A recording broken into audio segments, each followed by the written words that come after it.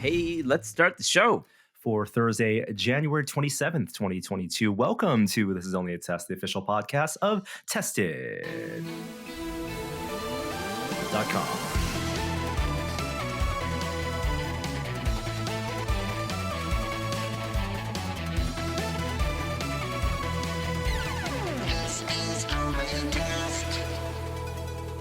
Hello and welcome to the podcast this week. We have a special guest back on the show. Well, Jeremy's here. He's a special guest every week.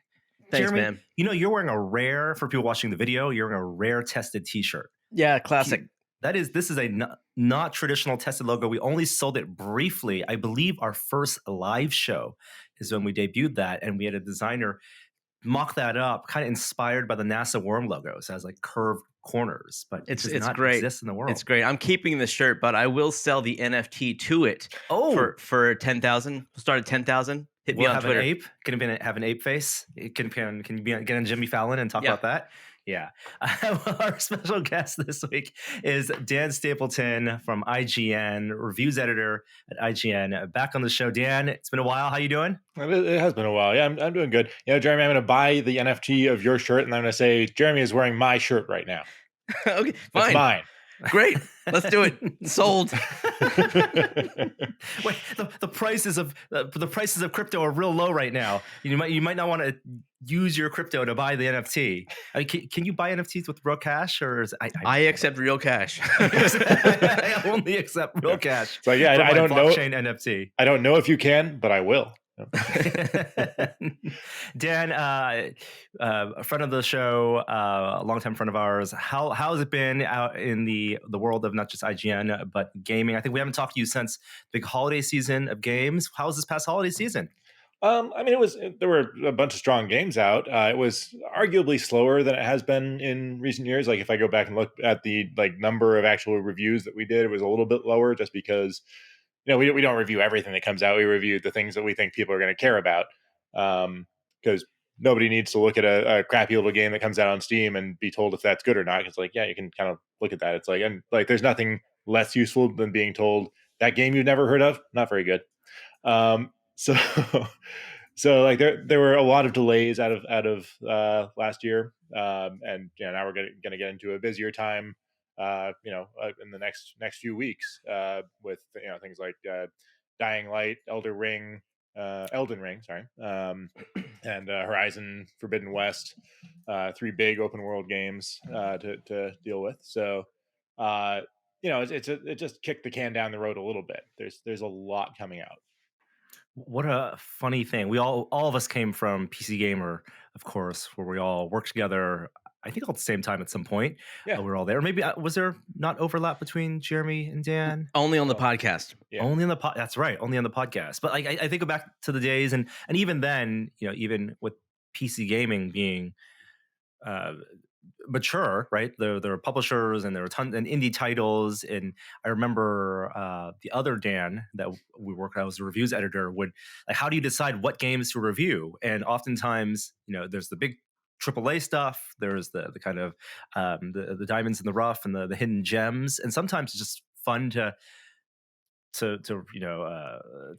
shit on a game, yeah, because of a bad game for the entertainment value of the review. Yeah, and I don't like to do that. Like back then, like there are only so many games coming out. Like you could review everything that came out on a single platform. Whereas IGN covers all the platforms, and there are a billion games coming out on every platform. So we actually have to be kind of picky, because you would just explode if you tried to do all of them. And like most games that come out, factoring in all those small ones, nobody would ever click on those reviews. No one would Google for them. No one would look for them on YouTube. So I don't want to say it's a waste of time to do, but it would not be it would not get a return on your investment, because reviews are very time intensive projects, like relative to a preview where you play a couple hours of a game and say what you think, or relative to a feature where some features are very time intensive as well, but a lot of them, like if you're just listing your favorite games in a genre, those are you can kind of rattle those off. Whereas a review of a game can take a week or more of pretty intensive work. So you kind of have to choose your targets there, especially when you're dealing in video, which we weren't doing back then. Now pretty much every review IGN does is a big video project. which is another couple days of intensive work. And all the reviewers do their own voiceover for those Not videos? not all of them. Some people don't want to. Got it. So in those cases, we'll have somebody else read the VO for it. Got it.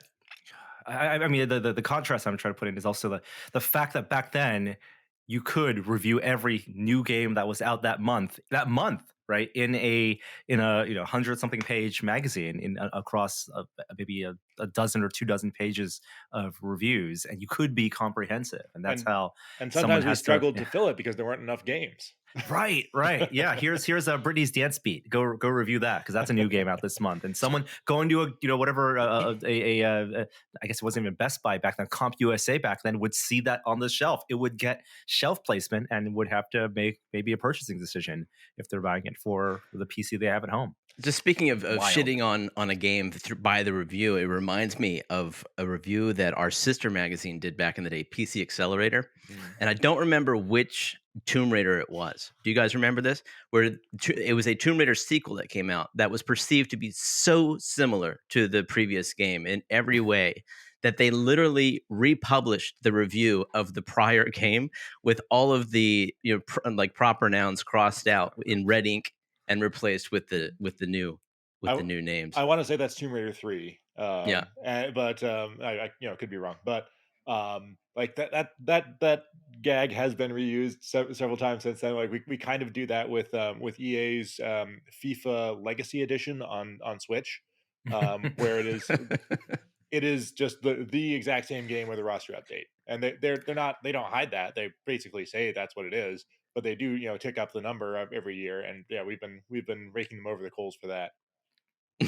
And that's not to say there's like necessarily disrespect toward development teams understanding. I remember there was a famous review in PC Gamer of Extreme Paint Brawl, worst game of all time, right? Lowest score at all time in the magazine at that time. I think the review was just like one word, like "it's shit" or something. It was something to that extent, right? But like, and yes, real people working on that. But it was also like as bad as if you tried to copy and paste the Doom source code onto a 3DO disc, right? Like it just didn't work. It was fundamentally a broken thing, and it was more a testament of like this is where where the industry was at that time, where people thought they could just make a game and publish it and it not work.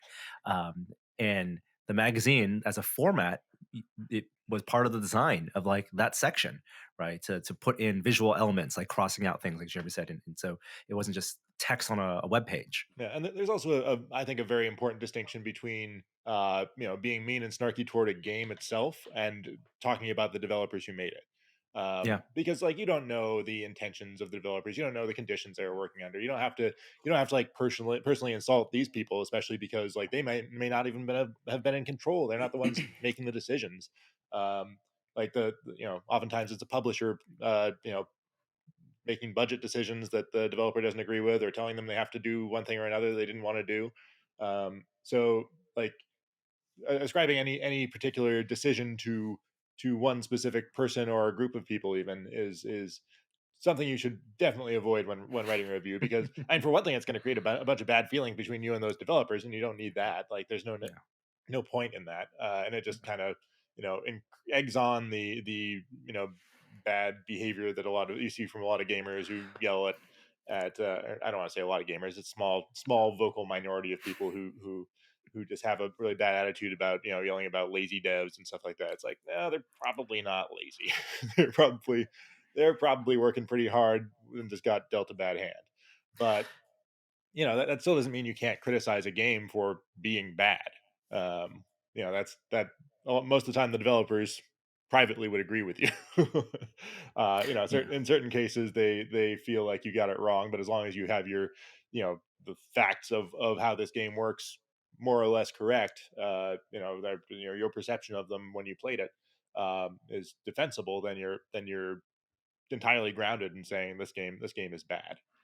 We're boiling down to that phrase. All reviews are subjective, and I don't want to get into that, Dan. We can go for hours and hours on the philosophy of reviews. Well, we're going to talk about Boba Fett later, so you're going to hear that word thrown around. That's right. So one of the reasons we have you on the show this week, not just because Kishore is out, but because you are one of the biggest Star Wars fans we know, and so heads up, we're going to be talking about in some spoiler detail the most recent episode of the Book of Boba Fett, episode 5, at the end of the show. So we're going to do a little mini spoiler cast, last 20 minutes or so, talk about this most recent episode because it does merit discussing, and it just was released a day ago. Please watch the episode before listening to the rest of the show, but we're going to get to the very end. But there is some Star Wars stuff, there is some video game stuff, there is some PC gaming stuff to talk about, all of which is perfect to have you on for the show for. But so you mentioned EA, so let's jump, I guess, right into the Star Wars and EA news, which is that this week EA announced that they are working on 3 Star Wars games. One from Respawn Entertainment, which Two we from think is Respawn. 2 from Respawn. One, I guess, a sequel to Jedi Fallen Order, and a shooter, with a unknown IP, or we don't know what world it's going to be set in, and then a strategy game from, is it the makers of the new XCOM? Is that right? So it's an offshoot of that of Firaxis. It's a studio started by the former art director of, and some other alumni, but the former art director who worked on XCOM 1 and 2 and also Civilization 4 and 5, I want to say. Well, good pedigree there. Well, EA, of course, has the exclusive license for these big Star Wars games, which a relationship which I think is set to expire even before, or I think it already has. It has to, oh yes, right. Or they have not announced a renewal, so maybe the exclusivity won't be there. And certainly within the history of EA and Lucasfilm, there was some tension with Battlefront 2's release and the microtransactions and the feedback and the backlash from that. Although Fallen Order is very well received, but these are games that presumably have been in development for a while. Speculation is that they're looking to maybe make these announcements to recruit some developers to work on them. Respawn is taxed right now in terms of how many projects they're working on. Yeah, so Respawn, that as soon as Jedi Fallen Order came out, and it was well received, they started working on the sequel. So that's been in the oven for a while now. The other one that's being done internally at Respawn, who's to say that they aren't ready to pull back the curtain on it yet. We'll wait for May the 4th and see what happens then. But that one is still very new. They've just said it's a shooter. I don't even think they've said if it's single player or multiplayer focused, but I think it's probably single player because that's well, actually it's Respawn, so it could be either. But that's done by the team that did the VR Medal of Honor Above and Beyond, which our reviewer didn't really care for, but this isn't a VR game, so it won't have any of the limitations in that one. The Bit Reactor game, that's the name of the studio that's doing the strategy one. That one is apparently very new. They just announced that studio existed 2 weeks ago. And if you go to their jobs page, they are hiring a lead designer for that game. Okay. So they pitched it, they got a green light and a budget, and now they need someone to design it. Yeah, the studio lead, Greg Forsich, it was an interview saying this came out of the blue. They got a call from Respawn saying, hey, you want to make a Star Wars game, and they're like, yeah, okay. We hadn't really thought about that, but here's some of our ideas. One of the interesting things about that game is they keep flipping between using the word strategy and tactics, which differentiate those for us. What is the difference from from a semantic standpoint? So I mean, the easiest way to explain it is Civilization is strategy, and XCOM is tactics, right? It's the making big decisions to guide the course of your Civilization development versus making small decisions to guide individual battles, and determine the outcomes of those. So a real-time strategy game has kind of a lot of both. If you're doing a lot of it's micro versus macro, right? But turn-based, both turn-based though. Right. So in the case of Civilization and XCOM, yes, you can have turn-based tactics and turn-based strategy. But when they announced this game, they use the word strategy a lot. So I'm like, oh, okay, they know that distinction. So they're probably talking about more of a Civilization style thing. But then you go to the Bit Reactor homepage and look at some of the announcement stories around that studio, and they're talking about tactics a lot. So and like they're saying they want to like blend action and tactics. So it sounds like, if you read more than the initial announcement, it sounds more like they're going for an XCOM style game, I or happen to know that something that. XCOM Yeah, is one of your favorite games. no, I wouldn't say one of. Whoa, Exactly. there you go. And given that Star Wars is one of your favorite properties, I wonder, like, is this too much? Is this do you have to temper your expectations for something like this? I mean, I have a pretty good built-in expectations for what games like this can be. So I mean, like even like XCOM Chimera Squad, they deviated from what I love about XCOM enough that I was like, this is good, but it's not really sticking with me. I don't really have a desire to go back to it, just because what I love about XCOM is, or a lot of it is, has to do with like permadeath for your squad. Like the stakes are high. There's kind of an openness to it in how you approach things. Whereas this Chimera Squad was kind of a more linear thing with more storytelling around individual squad mates, so you couldn't like permanently lose anybody. And for me, that sucked a lot of the fun out of it. But it is still a fun game. So like if they are going to make a game around like individual, like trying to tell stories around individual characters, then they can't have a lot of the things that I really like. So it's like I'm sure that even if they go that direction, I will enjoy this game, probably. Nothing but clones. Clone A, clone B, clone, Yeah, yeah, 1138. yeah. I've heard one of the ideas that this might be is like a oh, what is the name of the tactical shooter, with the Star Wars tactical shooter with clones. um I forget what that's called, but people are going to yell at me for forgetting the name of that. But there was a tactical shooter with clone troopers, um, and man, I kind of hope it's not set in the prequel era or the Clone Wars era, because something about just churning out clones and robots to fight each other is so low stakes. It's just not. That area is just not that interesting to me. Well, it could be just stormtroopers. It doesn't have to be literal clones. They can just be, stormtroopers with they're like XCOM. You name them, they take their helmet off, but they are interchangeable in a sense. Empire building in a Right. Star Wars sense. So a lot like more like the Rogue Squad, or Star Wars Squadrons. It's not Rogue Right. Squadrons. Star Wars Squadrons, where you play as the Imperials, but and they take off most of them take off Yeah. their helmets and have Yeah. actual characters there. But The tactical game was Republic Commando. that's right. That's Thank right. you. Thank you. Now, I can visualize the box art too. Yep. I knew exactly what it looked like. From both your perspectives, for these three games, as Star Wars fans, I think we kind of understand or have a good sense of what type of game Fallen Order 2 might be, if it's going to follow the same path as the first one, build on that world.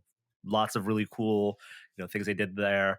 But for the shooter, what world, what part of what corner of the Star Wars universe would you want to see that shooter in? I mean, I think like the obvious one is they're probably going to make like a Mandalorian game. Like just today, like some footage was leaked from like that 1313 game that got canceled, where it was going to be Boba Fett, but like they showed us that they had an E3 demo where it's just like some stand-in character. Because they didn't Wait, was that wanna- the one that went underneath Coruscant? Yeah. Oh, okay. But yeah, that was a funny reveal and then cancellation, because like once it got canceled, they're like, oh yeah, it was going to be Boba Fett, and people are like, oh, but it was going to be like Boba Fett Uncharted. Um, but I think that's probably the obvious way they could go, unless they're like taking a big chance on like Cassian Andor, or um, like I've heard like, oh, Dark Forces reboot. I don't see them bringing back Kyle Katarn. They've already got at Respawn. They've already got their own in-house Jedi. Um, so I and like they're not going to make another like Jedi Knight. I don't think, for the same reason. I don't think they want two Jedi games at the same time. Yeah. Because you're not going to get as good of a lightsaber experience with a first person game anyway. I would like to see Dark Forces reboot. In fact, I'd like to see the first game remade. But the pre Jedi Kyle Katarn. I think that was like one of my all time favorite games. At least It certainly was back then in the 90s when I played it. But And when you think about it, like what's the difference between, like, if you swap out Kyle Katarn for Din Djarin, like what's the gameplay difference? You're going to be fighting stormtroopers and a bunch of aliens, and and you're fighting dark troopers, right? I like the simplicity of Dark Forces. Like Yeah. that's one thing that bugs me about games today is there's always these sort of, RPG like light, evolution to your skill sets and crafting, and I liked the straight run and gun Dark Forces style. And that's a rarity these days. Maybe it's a risky thing to do, but for me that would be a selling point. So imagine that, but with a jetpack Yeah, fine, bring it. and flamethrower. Yeah. And the difference between that and like the 1313 game, that was third person. We're Yeah. thinking this one is first person shooter. I don't think they've Probably. said, but I think that's where our heads go. So Yeah, because Fallen Order is third person, has a lot of like the Uncharted, climbing, grappling, and big force powers. So yeah, I would love a straightforward shooter. But are there a lot of straightforward shooters in the gaming world these days, aside from your multiplayer ones, or aside from your Call of Duties and even your Battlefronts? Like, what are the FPS, like single player FPS games out there? And that's been like the realm of Bethesda for a while. Doom, yeah. They've got Wolfenstein. They did Rage 2. They did. I'll say there's another one that I'm forgetting, but and a lot of their games have a lot of shooter in them. Right now, I'm playing the standalone expansion to Serious Sam 4, which, I'm seeing people say this is a great one. I don't Not see feeling it. it? It is the same thing. There's even a line where in there or I guess it's like a loading screen where he's like, it's this is like the same shit in the same alien shit in a different place. Like, yeah, it really is. People who are like really into the run and gun thing in a big empty-ish area are gonna love it. I do not care for it. But anyway, There's one game on PS5 called Returnal yeah, that hasn't made it over to PC. It probably won't. Who knows? But that's one that it definitely has this kind of simplicity to it that is a rare thing these days. That said, it's a roguelike and it's frustrating as hell.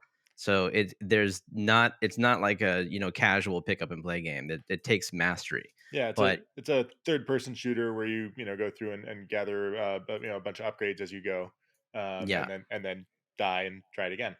exactly. Well, Deathloop, right? Deathloop was exactly that. Deathloop, FPS, but also roguelike. Like you just go over and over again with a really interesting mechanic. Yep. And that one's very Dishonored style. Yeah. Oh, yeah. I mean, yeah, Dishonored, Deathloop, those would be great templates for a Star Wars game. You allow a lot of world building.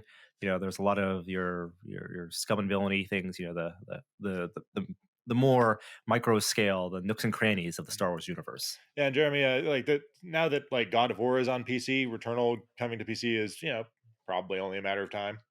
Could be. Yeah, I hope it does.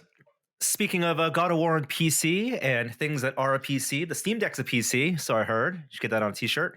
And I saw God of War, a screenshot or a photo of God of War running on a Steam Deck from a shoe over at PlayStation, because we are getting close to the launch of Steam Deck. So there are two things Steam Deck related worth talking about. One is the launch date has been announced. Valve announced that February 25th is when they'll be sending out emails to the people who are in the first wave of pre-orders. If you check the Steam Deck product page on your Steam account and you did a pre-order and it says Q1, then you are in that first wave, and you might get an email from them come February 25th for you to put in, to choose which SKU you want and actually place an order, pay the full amount to get it shipped by the end of February. February 28th is, I think, when they said folks are going to get Steam Decks in hand.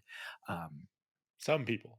Some people, yes. Yeah, I think the question is, we don't know what that cadence is going to be. I think they're talking about weekly emails to people pre-order. We don't know when the people have Q2, because all that stuff got pushed out from December to Q1 to Q2, and after Q2 is this now nebulous phase. We don't know the quantities that they have this, or the difference in the three SKU models, but we do know they've been sending a ton out to developers. It's almost like every time, if you follow Valve employees, they're retweeting developers showing off their games, like images of their games on Steam Deck. So the past 4 or 5 months or so, developers have been making sure their games work well. They of course announced the verification system, the whole check mark on the Steam page if the game is Steam Deck verified, so it can run seamlessly.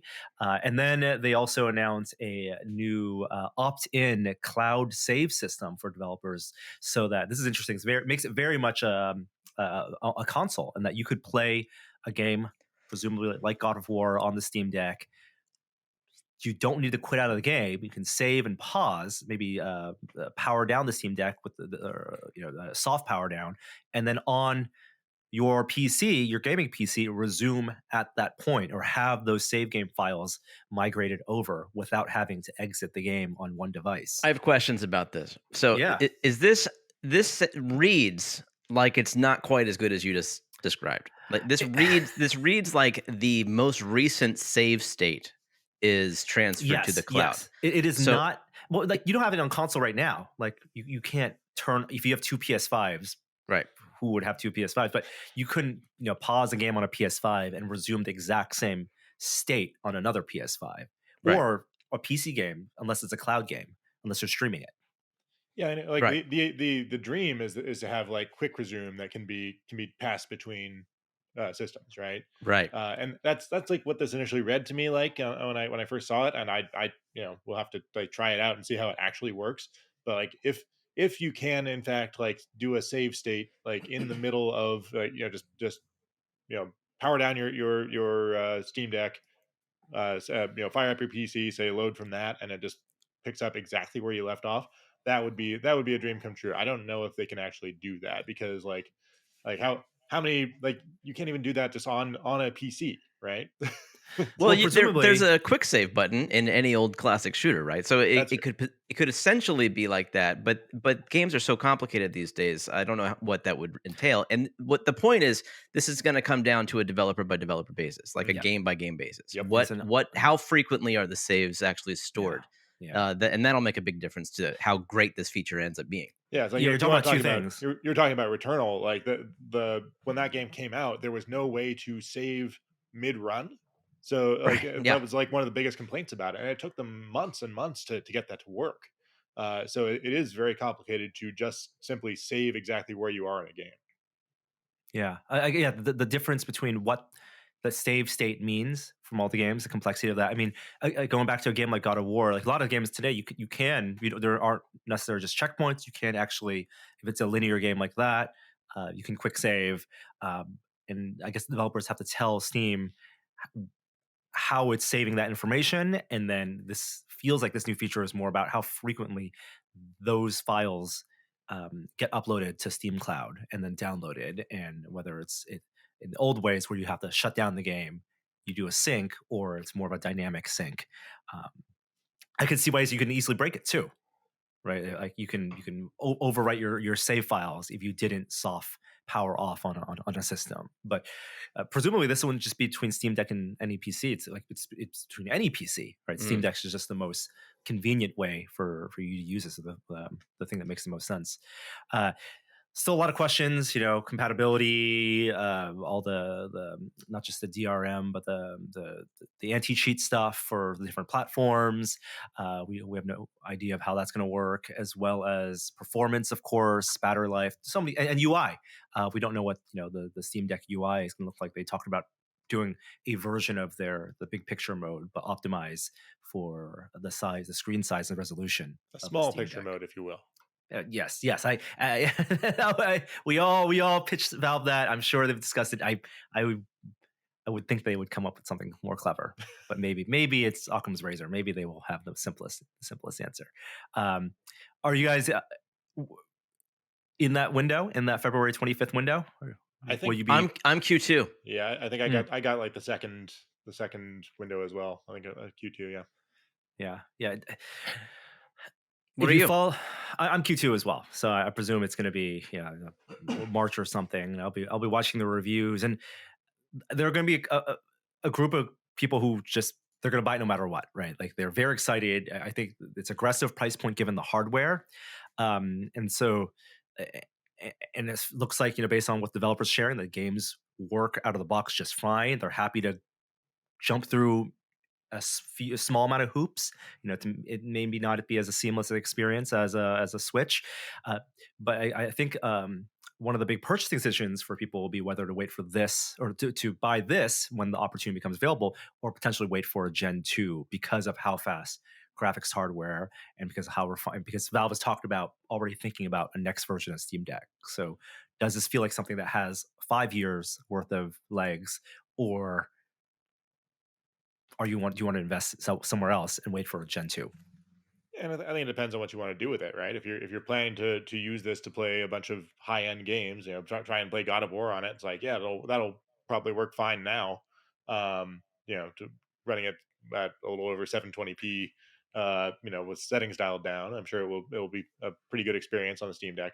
But a game that comes out that's designed for Series X and PS5 a few years from now, probably won't be as easy to do on that hardware. So like it, like in the short term, I'm sure it'll be a really good device for playing just about everything. In 2 or 3 years, maybe it becomes more of an indie handheld, or indies, or just retro kind of stuff. Um, and your whole back catalog. And at that point, there are other options out there too. You might not need the processing power of the latest AMD chip. There are similar Linux or Windows running handhelds with AMD architecture that could run very well last gen games and your indie games without having to wait for a Steam Deck. So Yeah, this is all good for Valve and good for PC gaming. This is why they're pushing it. and yeah, Valve, when they announced it, they were talking about how they want this to be a new category device, and like you won't just want the Steam Deck, you'd want the Steam Deck equivalent from Dell or HP or Razer or whoever wants to make it. I will not hold my breath. I mean, I would love for those companies to jump in, but it also feels like no one wants to put the R&D, especially with chip shortages right now, to invest in that kind of hardware. Unless the Steam Deck becomes wildly successful, unless you're like also like one of those indie companies who from China who can churn out these ultra portable PCs and have direct access to supply chain. But I can see if Steam Deck does become popular, then you're going to see a flood of very quickly R&D and quickly manufactured and maybe not optimized imitators from Right. big OEMs, and that sucks. We all remember when there was one VR headset manufacturer. Yes, exactly. Yeah. And then suddenly they had some amount of success, and there was limitless numbers of VR headset manufacturers. And to me, the Steam Deck is a much more obvious path to success, honestly. Like, there is a vast array of software that runs on this device already that is, designed for 2D flat screen gaming. So it's a matter of like, does the interface translate well enough? And if it does, then we're in good shape. Yeah. And yeah, we see a lot of Kickstarters coming up, and Valve they're happy to it doesn't require like the Steam VR system of adopting their hardware with tracking. Here, the hardware is understood, is democratized. It could be maybe the Valve's expertise in controller, and really it's software. Their expertise, what they've put out there is the software for compatibility and for Linux and Photon and Windows. Yeah, and Yeah. Steam OS is free for any hardware manufacturer to put on their devices, and without paying Valve a dime. So they wouldn't have to do any of that R&D. It's just making something roughly equivalent to the hardware specs. Or maybe somebody wants to put out one that's a third of the price that only plays 2D games. Right. All of that is good. I think all of those are good options, and it's going to be really fun for reviewers to parse through all of those options for people interested, because I'm sure there's bound to be lots of confusion, maybe intentional confusion from some of these OEMs. Well, it's really good for our hardware guys, because we're just seeing a huge amount of interest in handhelds in general, like from our audience. Like people just eat it up. Hmm. So yeah, we're doubling down on that. That's fascinating because people are traveling less. You Yeah. would think the traditional reasons for wanting a handheld, commuting and traveling, would be the reasons they're popular, but Maybe it's, people spent the first year of lockdown building out new PCs, second year trying to get a PS5 or Xbox, and now they're into the handheld space. Because Switch is so old now, they're looking for something new. Thankfully there's what's that the what's that one called? The yellow thing with the crank. Oh, the Playdate. Playdate, yes. Thankfully, Playdate is also on the horizon, and then that big the hardware emulator that just came out. Also, Analog Pocket. Right? Analog Pocket. That's the one.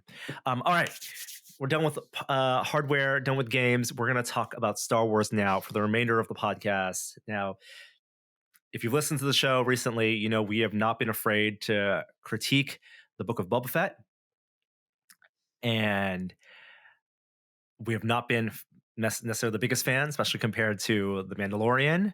And I'll be honest, I didn't even watch episode 4, but I watched episode 5. Yeah, I skipped over episode. We were just, we're going to binge the rest of the show. We're too busy watching Peacemaker. That's our jam right now. But episode 5, when that episode dropped, it quickly became apparent that it was one to watch to avoid spoilers, at least on the internet, because there would be things to spoil. And so here's your warning. The rest of the show, we're going to be talking about the Book of Boba Fett, episode 5. Right off the bat, full spoilers. Watch the episode, come back and listen.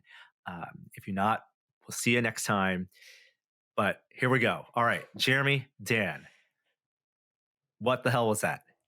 That was the pilot episode of Mandalorian season 3. It wasn't like it literally did not have Boba Fett in it. It didn't have anything to do with that show except for the last 90 seconds. And yeah, and you missed the prior episode because they couldn't wait to get to it because there are audio cues you'll hear in the prior episode. Okay. They just couldn't wait. It was just like they're baiting you, and so you knew something was coming. But it was ridiculous. And I'm going to spoil this part for you, Norm.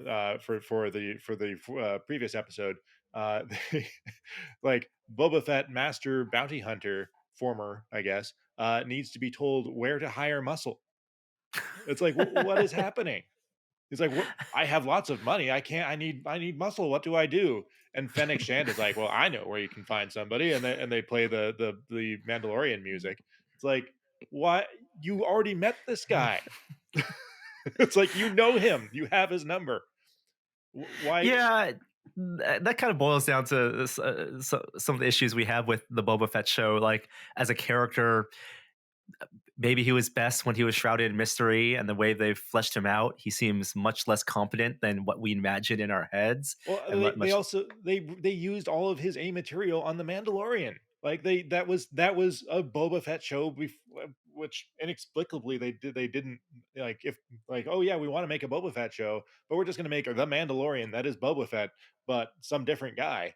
And now we're going to make Boba Fett 2. What are you doing?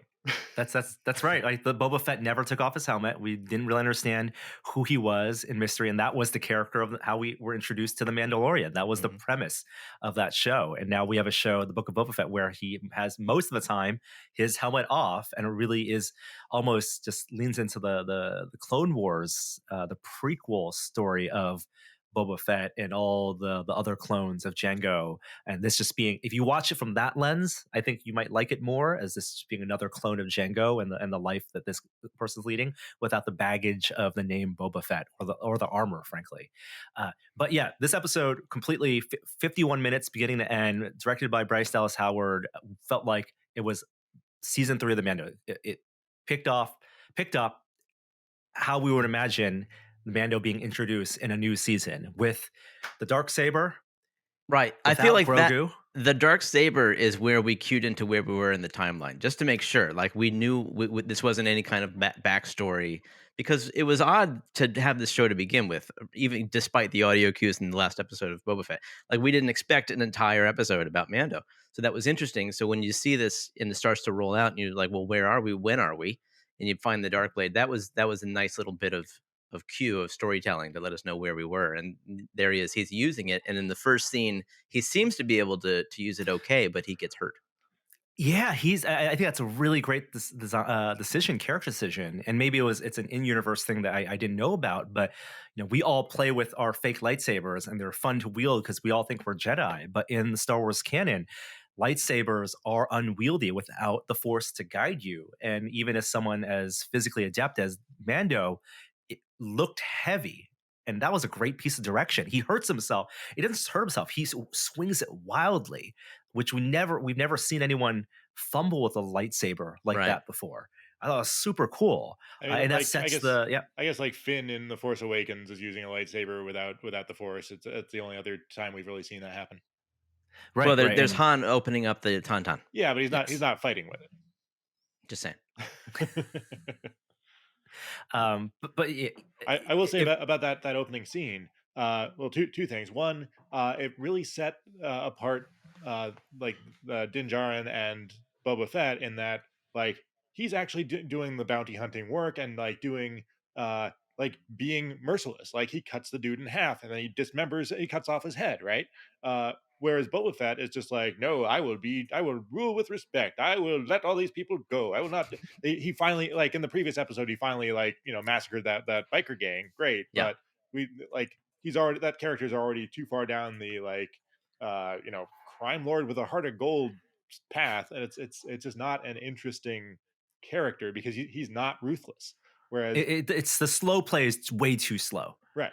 Well, it's just like these Mandalorian characters, or in this badass armor, you expect like anti-hero. I showed up for Star Wars Punisher, Star Wars Tony Soprano, got neither, right? You get just like this big softy, and he's not interesting. And you look at all the other Mandos that have been portrayed on the show, whether it's Bo-Katan and what's the group that she leads, The Death Watch.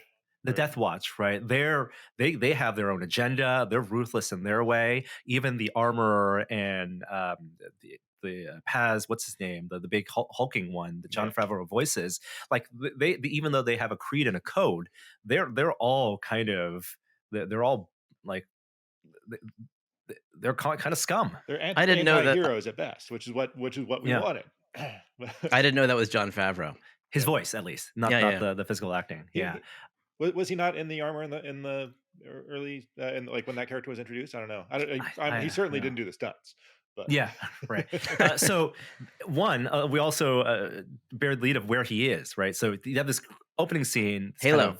They're on a ring world. They're on real quick on that first scene though. Like the other thing I wanted to mention about, and this applies to pretty much all of the Book of Boba Fett. The sets on a lot of these, you can totally tell when they're using the cool volume virtual set stuff, and when they're just like saving money, because like that opening scene, that wasn't like a Star Wars meat packing plant. That was just a meat packing plant with aliens in it. And the same thing with like the Jabba kitchen scene in the previous episode where they break into Jabba's palace. And it's just like a kitchen with droids in it.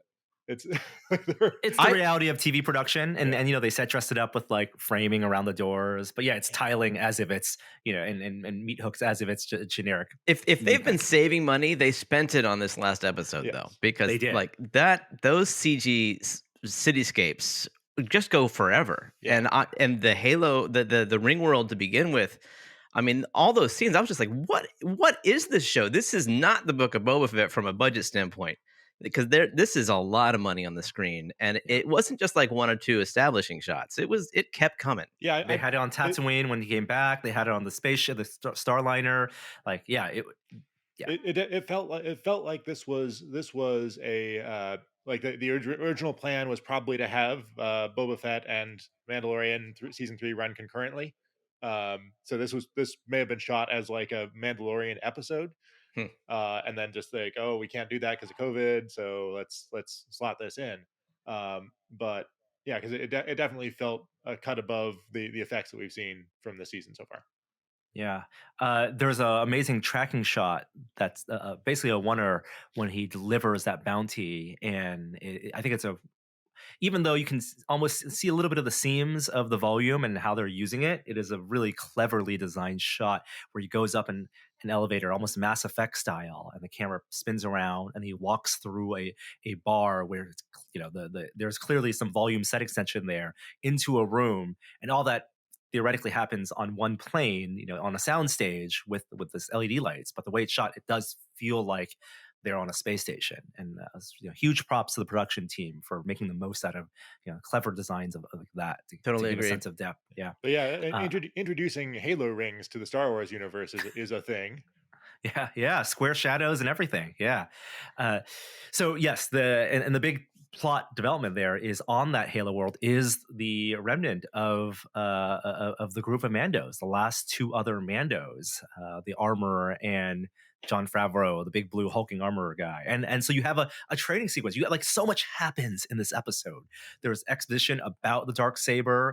There's betrayal. So he fights, he kind of retains the Darksaber through battle. So you have this huge I think it was a really well choreographed battle on essentially a catwalk with jetpacks off, so some stakes there, and just physical differences. I love that they're not Jedi; they're kind of clunky and kind of they're more brutish in their fighting. I felt like that was a little ham-fisted, to be honest with you. Like I felt like the writers had this. They needed him to leave, and they had no reason to if he had just been reunited with these two, and he was going to join their quest to whatever the person with the dark blade is capable of doing as a Mandalorian. But like, so they made like this huge high stakes move of the Jon Favreau Mandalorian challenging, Mando, which just seems unrealistic to me. I didn't believe that he would actually do that, given how important that their existences were to, their race. But, they went ahead and did it. And then, of course, he revealed that he had taken his mask off, which is a big, big no-no in Mandalorian religion. And so then he was like ousted forever, having been like trained and like, healed by this team. Now he's out and he has to go and redeem himself, potentially this ancient place that may or may not even be accessible anymore on it's home planet. Yeah. To be clear, the minds of to be clear, they're not like the only three Mandalorians in existence. There are others like Bo-Katan, but it's their little sect that doesn't take off their helmets. Right, the extremist sect from Bo-Katan's perspective, right, which is like another bit of this lore. The Mythosaur reference is funny because she called it of legend, and all the previous extended universe stuff is now called Star Wars Legends. So it's kind of slowly bringing that in, and it really sets up him in his own series, eventually being on Mandalore, riding a mythosaur, right? That's got to be how, how his journey ends at some point. But yeah, I think you're right, Jeremy. They needed him to get off the ring world. They needed him to, find a way to Boba Fett for whatever reason. That whole exchange of him revealing and not lying that he took off his helmet. Fine. It's serviceable. But they move right along because you have now a Galactic Starliner tie-in, right? You have a space cruise tie-in for those of you who want to book your 3-day trip at Disney World. Can I ask you a question? Yeah. What was the point of the security checkpoint? Why that they spent a lot of time with him putting his weapons in the box and saying, "I know exactly what's in there." You expect something to go wrong. Yep. He gets it all back. Let me tell you, it's toys. Because he laid them out. This whole episode was about toys. Hasbro's executives just licking their fingers here because you have new ships, you have new blasters. Fans have pointed out now when he lays down and disarms himself, he has another World War II inspired Kit Bass blaster that he puts in there. Also, the cameo of Rex the robot, or a Rex RX class robot from Star Tours there. So it's just fan service, right? This whole shows there's a lot of that. That's true. Right. So he gets on this. He meets a kid Greedo. So there you go, another Star Wars reference. He gets back on Tatooine, and you have Amos Sedaris' character. So Womp Rats. You have Fallen Order. From Fallen Order, you have a BD droid. This is from the video game, a cute little with a broken leg. That CG robot. Mando at some point uses a line from Fallen Order when the BD droid displays the hologram. It's exactly what he says to show that overlay. So all these tie-ins, and of course the big thing is he replaces the Razor Crest with a Naboo starfighter, souped up one, a hot rod starfighter. Can I just say that scene had, in terms of technical jargon, like Star Trek has nothing on this scene in terms of like dilithium trilinear flip-flopping, like nothing. But okay, the difference there is in Star Trek, they say it seriously as if they're leaving the world. Right. Here, they're so flippant in the way they reference it. That's all tongue in cheek. I wonder if you guys would mind running a couple lines from that scene with me. If you check the Zoom chat, Yeah.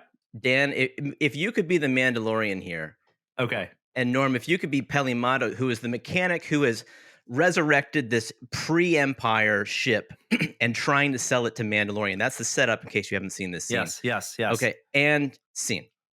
The entire vapor manifold is missing. Trust me, the last thing you want is strangling your thrust capacitor as a vapor manifold. I fabricated you this induction intake charger that's going to double your output coefficient. It'll also blow the shaft out of my motivator block. That's why I'm reinforcing your compression housing. And you can access it using this Kineso switch right here. You hit this button, you're going to evacuate your exhaust manifold, if you know what I mean. All right, come on now. All right, that's enough. No, to be fair, that's actually a pretty good joke. Yeah. The exhaust manifold joke. That was pretty good. But this was like nonstop. It was just lingo after lingo. And I was wondering, like, does this exist already, or is this entering into canon? I think a lot of those terms have been thrown around. They just cobbled them together. But there's definitely a little bit of like I don't think Kineso switch is a thing. Yeah. I watched the show, and because it's written by Jon Favreau, with Dave Filoni as part of their creative team, and I just imagine them as as kids in a sandbox with their Star Wars toys, and this is what kids with Star Wars toys would say to each other: "No, you can't have this ship. You're gonna blow your exhaust manifold." They're just saying jargon, right? And this is the fun they're having. This is the fun we're having watching it. Yeah, I think like for me, like Amy Sedaris' character works a lot better in small doses. I think there was kind of too much of her in this. Dated a Jawa. Oh, they're so furry. Right. Causes issues. And I did like that they brought back the N1 starfighter. Like that's cool. Yeah. I do wonder how he's supposed to like bring back a bounty unless he's dealing exclusively in severed heads now. Because there's Grogu, your little cockpit here, which is clearly a Grogu cockpit. Yeah. I gotta store some heads in there too. Yeah, maybe there's a frunk. I don't know. But and like it does like that little Grogu pod has the Homer energy from The Simpsons. Like it's got that separate pod for the kids. So fisted, like they just shove that in there. Oh, well, you don't like droids, so we hollowed it out. Yeah. Put a clear, little cupola dome in there. Yeah.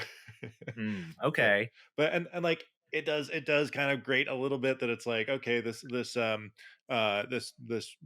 beater that they put together in the garage of a mechanic who isn't necessarily that good at her job to be successful. Like, and suddenly this thing is like running circles around military grade starfighters.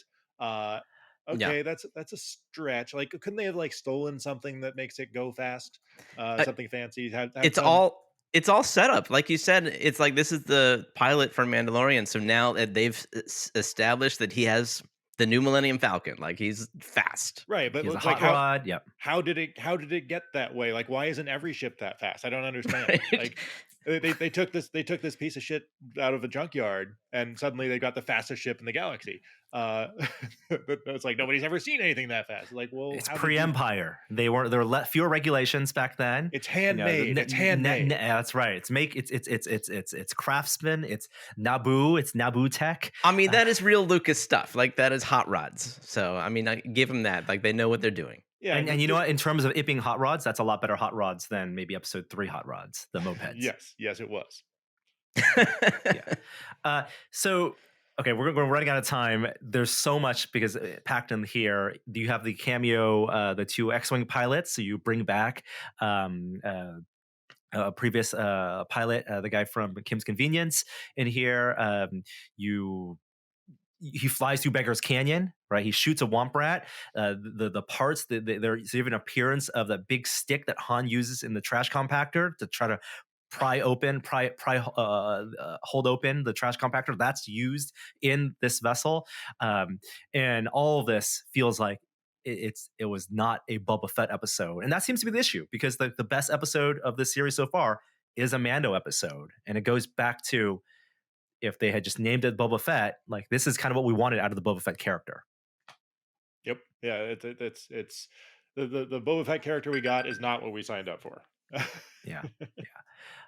So we don't. I mean, it's probably going to diverge back to Boba Fett next episode with Mando. Maybe he'll be Converge. there. Yeah. Converge, yes. And for the 2 more episodes, I believe, in the season, episode or 3 more. Sorry, 2 more. 7 episodes, right? I think it's 7. So, and they got to get somewhere with Boba Fett, because I presume they want another season. And if it's going to end in some kind of a cliffhanger, if it's a slow building of his empire, maybe it'll be satisfying. But I think of Empire be like Sopranos, Boardwalk Empire, and this is nowhere near the kind of crime syndicate boss show that I wanted. Well, we're all more interested in what Mando's up to. And so the question is are we going to see Grogu again this season? Because he has a gift for him. Definitely. And number 2 is, if we're going to see Grogu, does that mean we're going to see Mark Hamill? Yeah, now that they're confident and it was so well received, will there? There's an Ahsoka show, so they have this TV, Disney Plus, Star Wars TV universe that a lot of opportunities for them to have cross pollination and crossovers. We're going to see how much of their budget they spent on this episode. Oh my gosh, yeah. I think it's, even if you don't like the Boba Fett show, you have no interest, this is one to watch if you're a fan of the Mando ones. Love to know what you think in the comments below. But that does it for this episode of the podcast. Dan, thank you so much for joining us. Thanks it's good for to having see me. you. Jeremy, good to see you as always. And before we go, we do have a new outro from our friend Joel. Here we go. This one is about missing Kishore. Hi there, I didn't see you.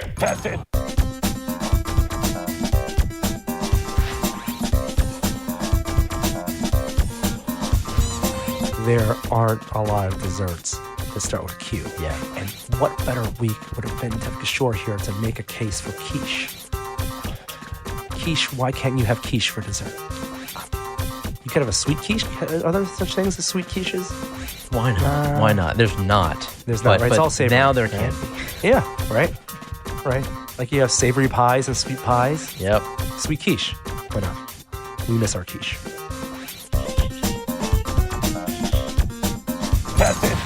Sweet quiche. I think we had a remix of that last week, but this one's more clear where it's from. All right. Thank you guys for listening. We'll see you next time. Bye. Bye.